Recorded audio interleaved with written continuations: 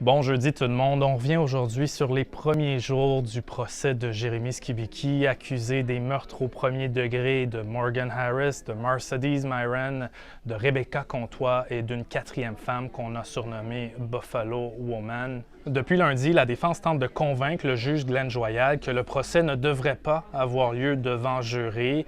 Le juge devrait remettre sa décision là-dessus demain. Mais entre-temps, on a appris hier que les avocats de l'accusé ont l'intention de plaider la non-responsabilité criminelle. Ça veut dire qu'ils vont tenter de démontrer que l'homme de 37 ans n'était pas en mesure de comprendre la portée fautive de ses actions en raison de problèmes mentaux. Je rappelle que Jérémy Skibicki a plaidé non coupable aux 4 chefs d'accusation de meurtre au premier degré. Si le juge refuse la requête de la défense d'avoir un procès sans jury, le jury devrait commencer à entendre les plaidoyers la semaine prochaine. Gérard David Jean. Et puis, direction Rideau Hall à Ottawa, où Gérard Jean, alias Ziz, a reçu ce matin son insigne de l'Ordre du Canada.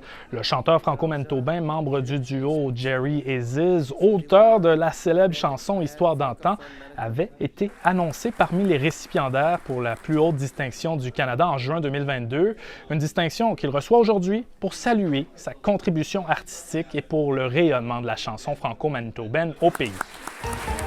Et puis en terminant, on n'a pas voulu vous parler hier de la défaite des Jets et de cette fin de saison qui se termine encore une fois après seulement 5 matchs en première ronde.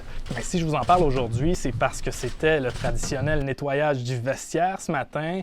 Tour à tour, des joueurs des Jets ont rencontré les médias pour nous dire comment ils se sentent une dernière fois avant d'échanger les bâtons de hockey pour des bâtons de golf pour l'été. Il n'y a rien de surprenant, c'est la déception. Plusieurs joueurs disent vouloir transformer cette autre défaite en leçon pour l'année prochaine. Certains, comme le gardien Connor Hellebuyck, se disent quand même satisfaits de leur saison, mais déçus par leur performance des 5 derniers matchs en série.